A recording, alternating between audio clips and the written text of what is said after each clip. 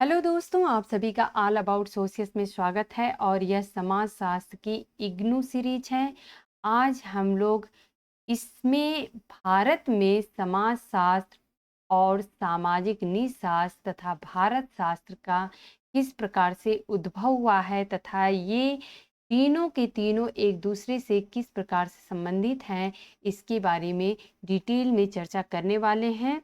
इससे पहले एक टॉपिक जो और है इग्नू से रिलेटेड वो मिस हो रहा था, तो इसको भी हम लोग समझ लेंगे, क्योंकि इग्नू से रिलेटेड कोई भी टॉपिक मिस नहीं होना चाहिए।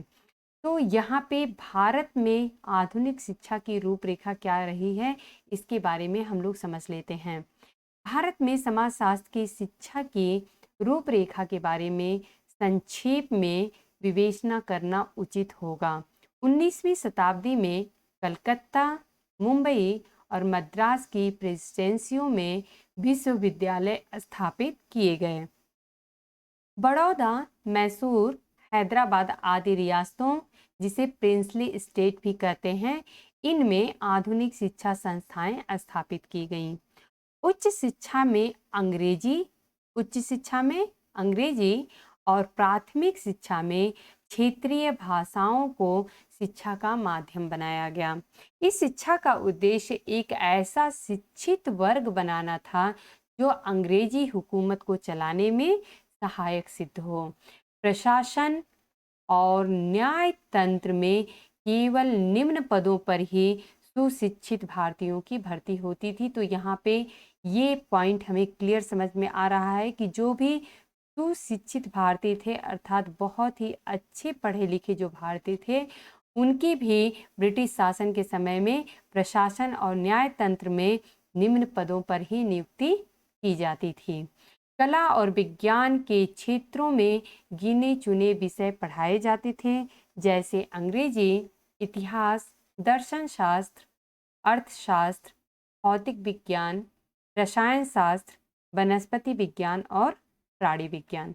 20वीं शताब्दी के दूसरे दशक के बाद ही एक मुख्य विषय के रूप में समाजशास्त्र पढ़ाया जाने लगा। समाजशास्त्र का विकास इस कारण हुआ कि अंग्रेजी प्रशासकों को भारत के रीति रिवाज, बोलचाल के तरीके और सामाजिक संस्थाओं को समझना जरूरी था, क्योंकि इससे प्रशासन चलाने में सुविधा होती।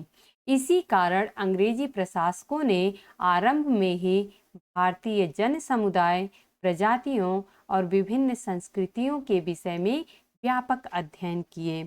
इनमें से Herbert Risley, J.H. Hutton, Wilson, Lyall, Baines आदि के नाम लिए जा सकते हैं। समाजशास्त्र का अध्यापन 1914 में मुंबई विश्वविद्यालय में आरंभ हुआ। उस समय के भारतीय शासन ने समाजशास्त्र पढ़ाने के लिए अनुदान दिया। उसी वर्ष स्नातकोत्तर स्तर पर समाजशास्त्र और अर्थशास्त्र के पाठ्यक्रम चलाए जाने लगे। 1919 में प्रतिष्ठित जीव विज्ञानी और नगर नियोजन विशेषज्ञ पैट्रिक गेट्स के नेतृत्व में समाजशास्त्र और नागरिक शास्त्र का विभाग स्थापित किया गया। तो यहाँ पे आप लोगों को कुछ फैक्ट्स दिखाई देते हैं, ये आप लोग जरूर से नोट डाउन कर लीजिएगा और इसे याद रखना भी उतना ही जरूरी है, क्योंकि यहाँ पे जो भी कंटेंट है वो इग्नू से है, इसलिए काफ़ी विश्वसनीय है। और यहाँ पे एक जो समाजशास्त्र का जो अर्थशास्त्र के साथ है या फिर नागरिक शास्त्र के साथ स्थापित किया गया था विभाग, इसका कन्फ्यूज़न बहुत ज़्यादा बना रहता है।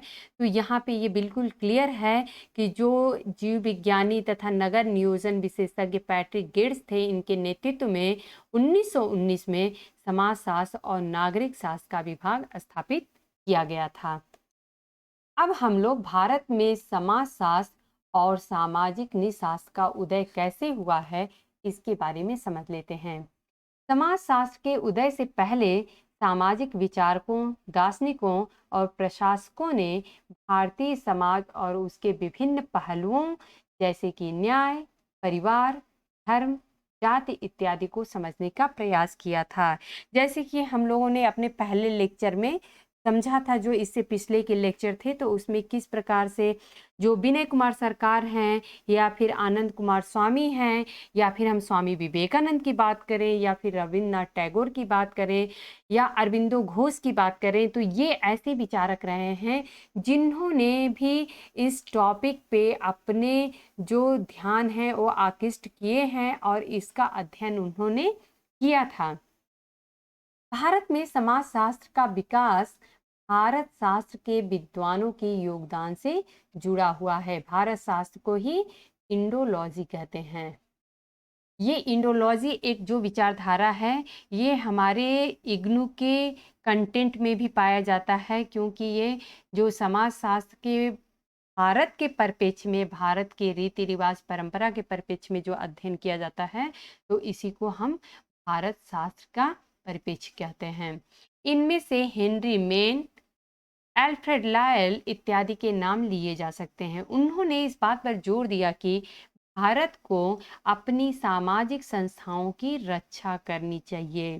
तो हेनरी मैन और एल्फ्रेड लायल ने इस बात पे जोर दिया था कि जो भारत है इसको अपनी सामाजिक संस्थाएं जो हैं उनकी रक्षा करनी चाहिए।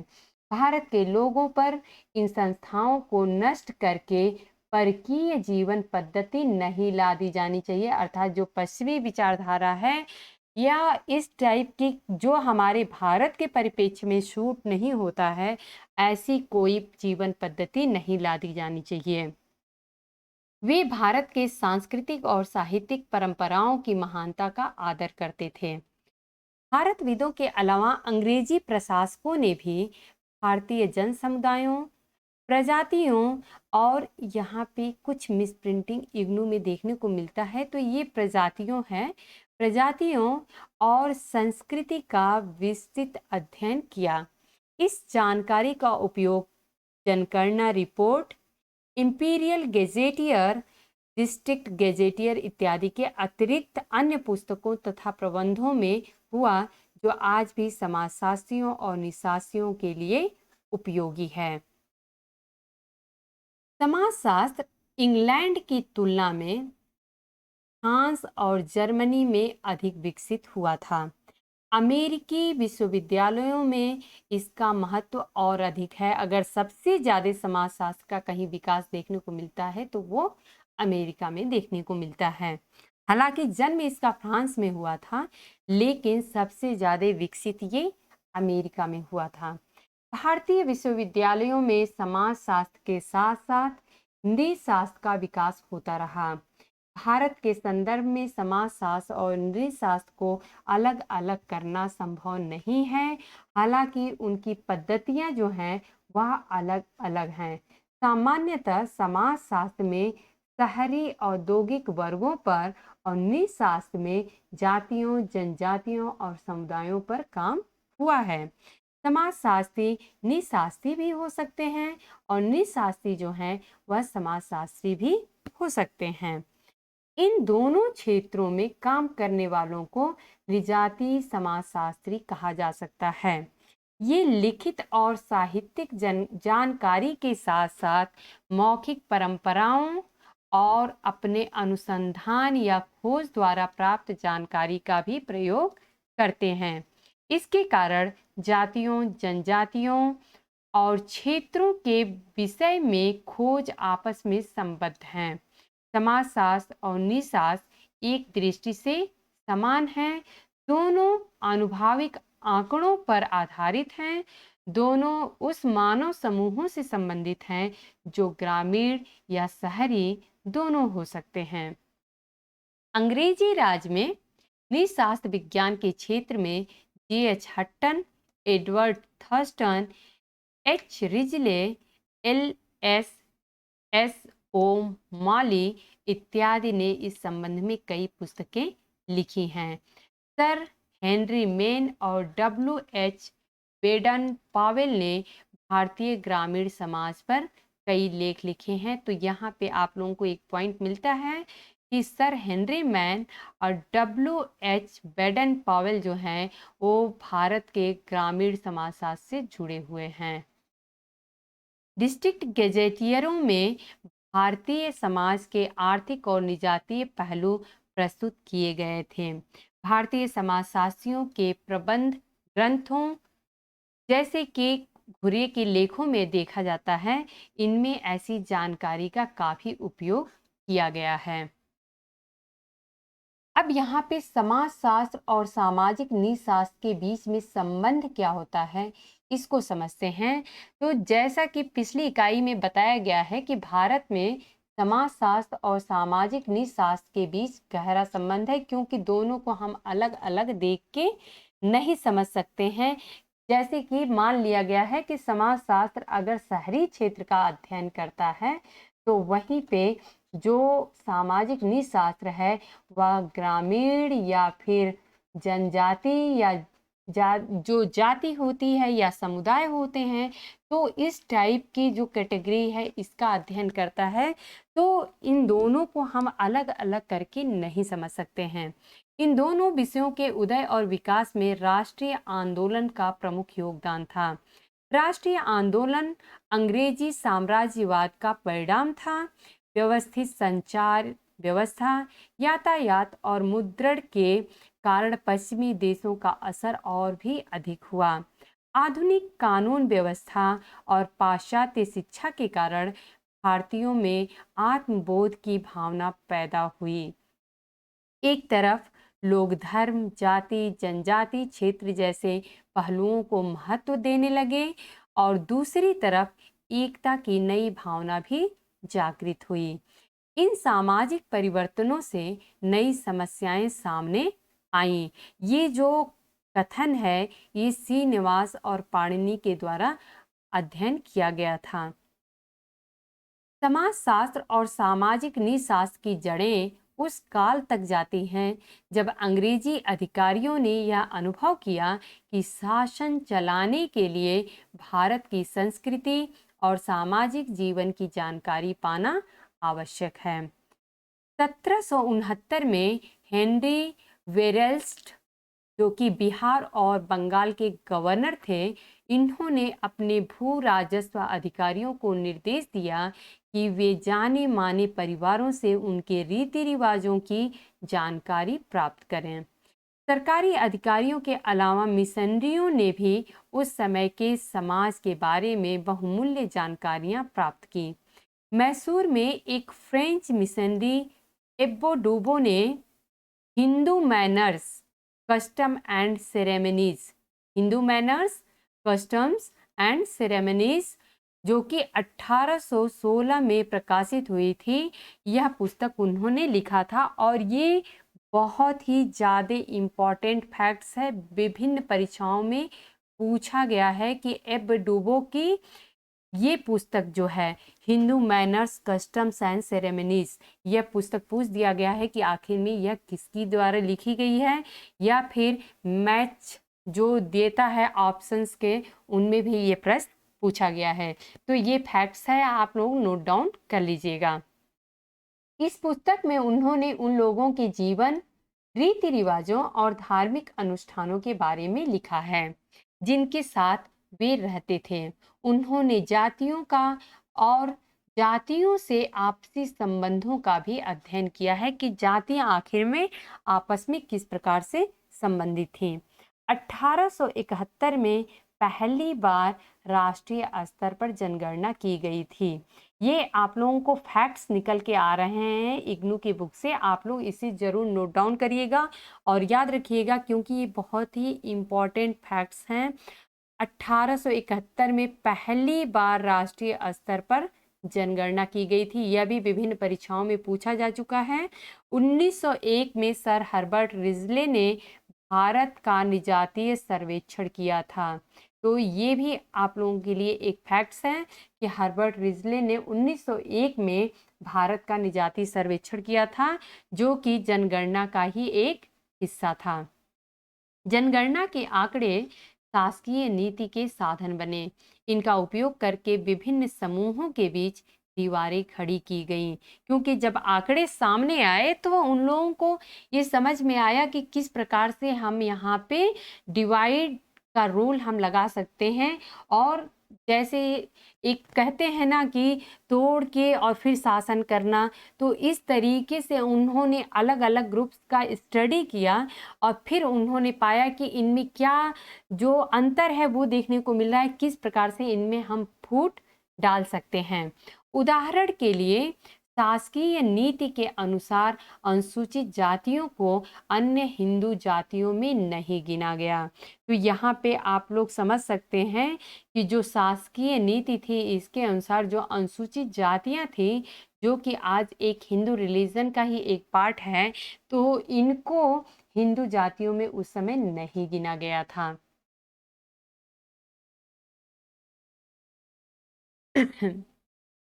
अब यहाँ पे हम लोग समझते हैं कि किस तरह से समाजशास्त्र और सामाजिक नीतिशास्त्र के विषय भारतीय विश्वविद्यालयों में स्थापित हुए थे। इसको हम लोग पहले ही पढ़ चुके हैं। जब हम लोग पहला जो टॉपिक था उसी में हम लोगों ने ये पढ़ा था कि किस प्रकार से भारत के विभिन्न भागों में समाजशास्त्र को स्थापित किया गया था। यद्यपि इससे पहले भी अनेक भारतीय और विदेशी विद्वानों ने इस क्षेत्र में योगदान दिया। इनमें Brajendra Nath Seal, Patrick Geddes, WHR Rivers, LK Anantha Krishna Iyer और SC राय के नाम लिए जा सकते हैं। BN सील कलकत्ता में दर्शन शास्त्र के प्राध्यापक थे।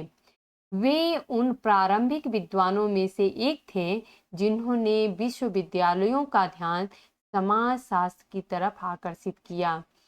वे उन एक तरफी विकासवादी सिद्धांतों का खंडन करते थे जिनके अनुसार समाज भी जीव विकास की तरह ही सहज आदिम अवस्था से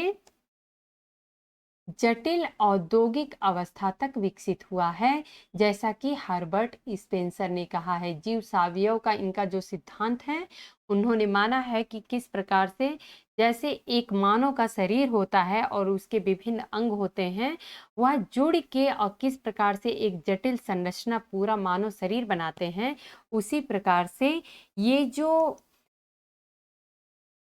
ये समाज जो है ये भी जीव विकास की ही तरह सहज आदिम अवस्था से और फिर औद्योगिक अवस्था की तरफ बढ़ता है।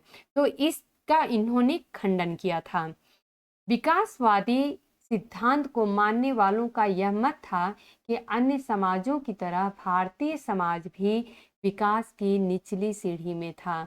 तो जो विकासवादी सिद्धांत को मानने वाले थे उन्होंने ऐसा माना था कि जो भारतीय समाज है यह भी विकास की निचली सीढ़ी में है, अर्थात हम ऐसा नहीं कह सकते हैं कि इसका बहुत ज़्यादा विकास हो चुका है। 20वीं शताब्दी का यूरोपीय समाज इस सीढ़ी में सबसे ऊंचा था। यूरोपीय विद्वानों का यह मत उनके पक्षपात को साफ दिखलाता था कि उनका समाज सबसे श्रेष्ठ और विकसित है, जबकि विश्व के अन्य समाज के लोग विकास की अभी विभिन्न अवस्थाओं में ही हैं। सर BN सील की पुस्तक है यहाँ पे कंपैरेटिव सोशियोलॉजी। ये एक इम्पॉर्टेंट फैक्ट्स यहाँ पे निकल आता है कि सर BN सील की ये पुस्तक है कंपैरेटिव सोशियोलॉजी, और इसमें इन्होंने इस मत को अस्वीकार करते हुए भारतीय संस्कृति के पक्ष में बहुत कुछ लिखा है और व्याख्यान भी दिए हैं। ये जो कहा गया है ये बेकर और बांस के द्वारा कहा गया है।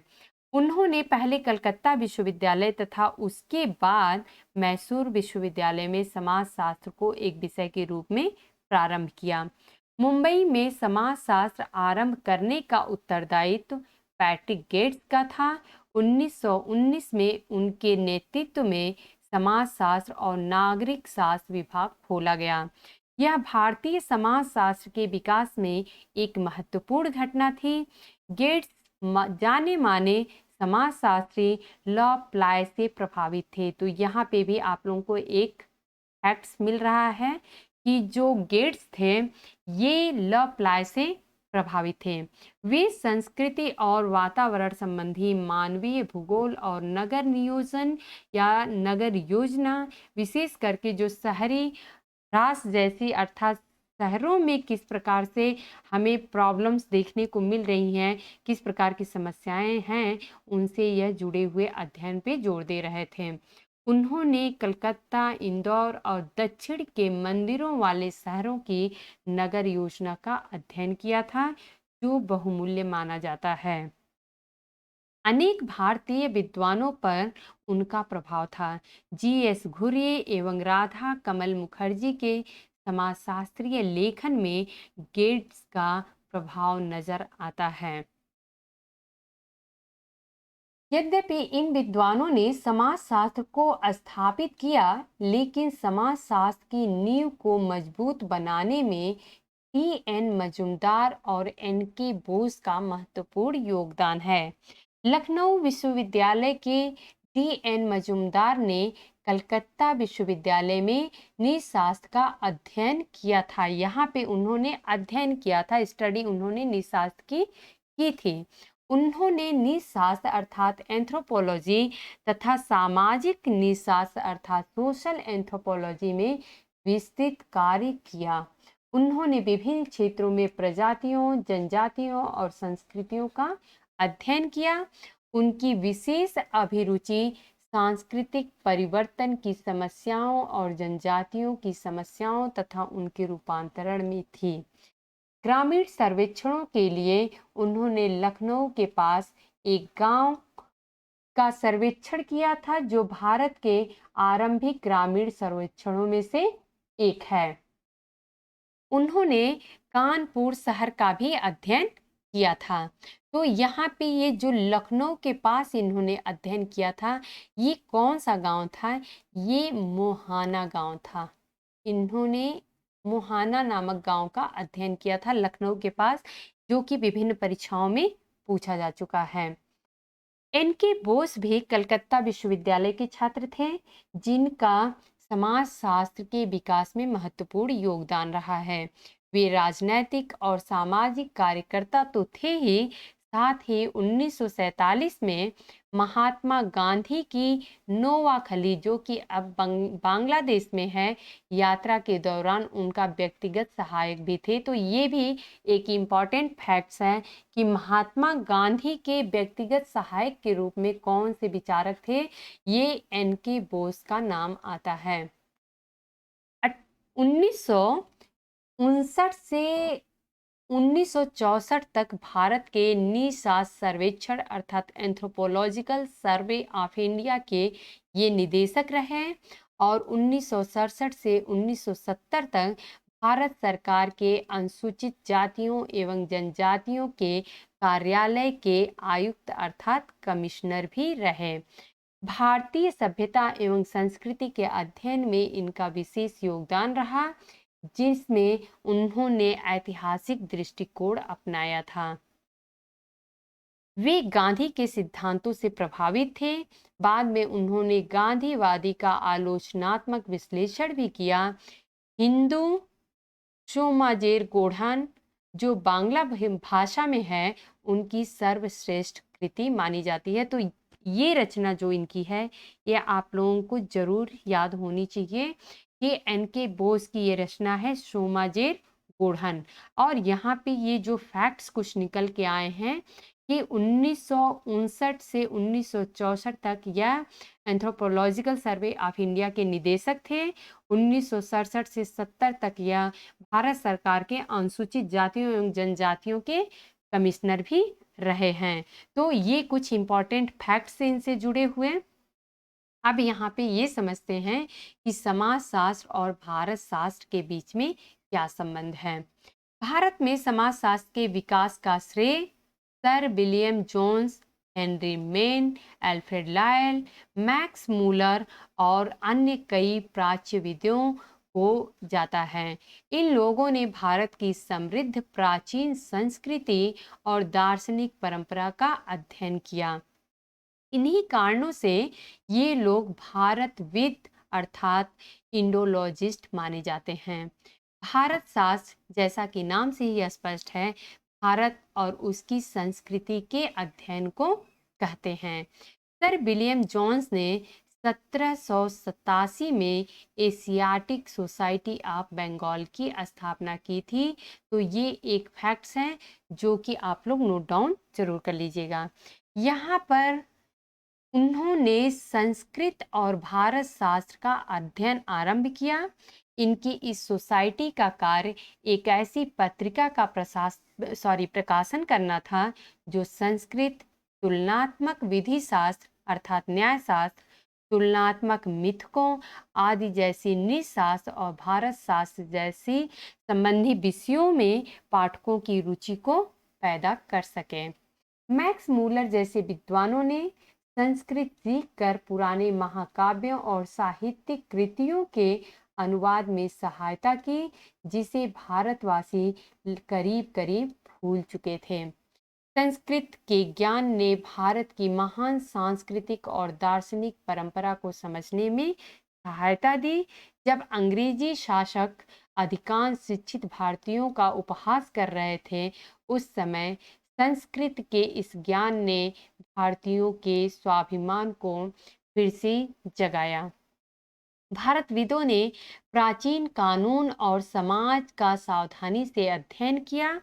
हेनरी मेन भारत आए और उन्होंने 1871 में village communities in the east and the west नाम की एक पुस्तक लिखी। ये आप लोगों को एक इम्पॉर्टेंट फैक्ट्स निकल के आता है, आप लोग जरूर नोट डाउन कर लीजिएगा कि village communities in the east and west किसकी रचना है। तो ये हेनरी मेन की है और ये 1871 में प्रकाशित हुई थी। इनके अलावा कार्ल मार्क्स और मैक्स वेबर आदि ने भी भारतीय सामग्री का उपयोग किया। वेबर ने धर्म के अध्ययन के लिए जनगणना रिपोर्टों में उपलब्ध नृजाति सामग्री का उपयोग भी किया है। तो इस प्रकार से आप लोगों को यहाँ पे समझ में आ रहा होगा कि वेबर ने जो धर्म का अध्ययन किया था भारत के रेफरेंस में, तो उन्होंने जो जनगणना रिपोर्ट में जो भी उपलब्ध आंकड़े थे निर्जातीय सामग्री से जुड़े हुए, उनका उपयोग उन्होंने किया था। हम पहले ही भारतीय दर्शन, कला और संस्कृति के विवरण को प्रस्तुत करने वाले भारतविदों की कृतियों के विषय में जान चुके हैं। कुमार स्वामी, बी के सरकार, राधा कमल मुखर्जी, जी.एस. घुर्ये, डी.पी. मुखर्जी आदि कुछ ऐसे उदाहरण हैं जिन्होंने अपनी कृतियों में इसे अभिव्यक्त किया है। पहले दो चिंतकों के विषय में हम लोग पहले ही डिस्कस कर चुके हैं और अपने आने वाले लेक्चर में हम लोग राधा कमल मुखर्जी, डी.पी. मुखर्जी और जी.एस. घुर्ये तथा इसी के साथ इनकी एक शिष्या हैं इरावती कर्वे, इनके बारे में भी हम लोग चर्चा करेंगे। तो उम्मीद है दोस्तों कि आज का लेक्चर आप लोगों को अच्छे से समझ में आ गया होगा। आप लोग ऐसे ही पढ़ते रहिए, हमारे साथ जुड़े रहिए। धन्यवाद।